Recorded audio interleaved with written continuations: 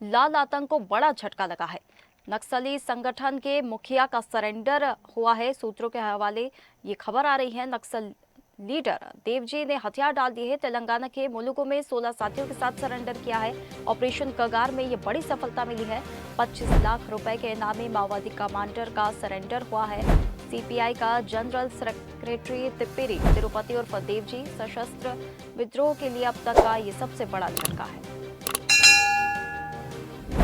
नक्सलवाद के समूल नाश की दिशा में चलने वाले इस राष्ट्रीय स्तर के अभियान में, जिसमें माननीय केंद्रीय गृह मंत्री अमित शाह जी की रणनीति और माननीय हमारे मुख्यमंत्री विष्णुदेव साय जी के छत्तीसगढ़ के परिप्रेक्ष्य में दिए हुए कार्य करने की स्वतंत्रता के आधार पर मैं आपसे कहना चाहता हूं कि राष्ट्रीय स्तर पर जो परिदृश्य है उसके आधार पर आज ये जो सूचना आ रही है कि तेलंगाना पुलिस के सामने देव जी ने, बसवराजू जो पहले जनरल सेक्रेटरी था इसका, उसके बाद Dev ji second senior most व्यक्ति था जो अभी जनरल सेक्रेटरी के नाते काम कर रहा था, उसने सरेंडर किया है।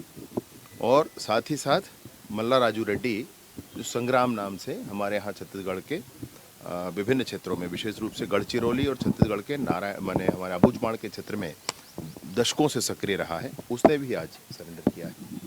ये बहुत बड़ी जीत है और मैं सोचता हूँ कि अंतिम पड़ाव जो इस पूरे नक्सलिज्म के समापन के लिए है उस पर हम पहुंच चुके हैं। चलिए, इस खबर पर अधिक जानकारी के लिए हमारे साथ संवाददाता हिमांशु पटेल जुड़ गए हैं। हिमांशु, लाल आतंक को बड़ा झटका लगा है। नक्सली संगठन के मुखिया का सरेंडर हुआ है।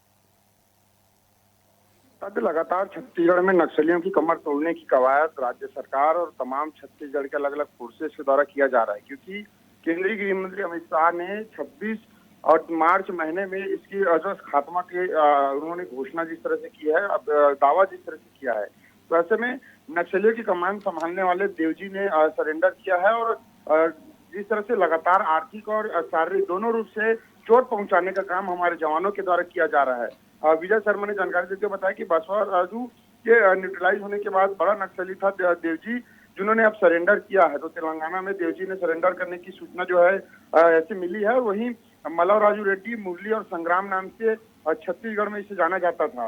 ये कई ऐसे जो सफल ऑपरेशन अभियान रहा है जिस तरह से नक्सलियों का, उसमें ये शामिल रहा है।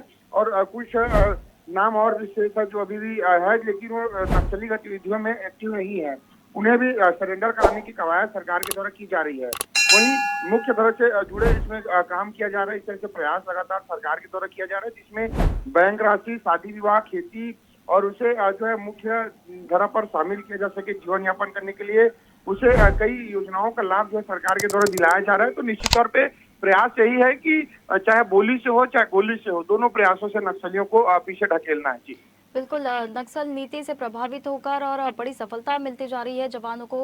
डेडलाइन मार्च 2026 की जो दी गई है, उसके पहले ही नक्सल संगठन की कमर टूटती हुई नजर आ रही है। हिमांशु, बहुत धन्यवाद आपका हमारे साथ जुड़ने के लिए। ताज़ा खबरों के लिए लाइक, फॉलो और यूट्यूब पर सब्सक्राइब कर बेल आइकन दबाएं। साथ ही हर अपडेट के लिए विजिट करें स्वदेशलाइव.com।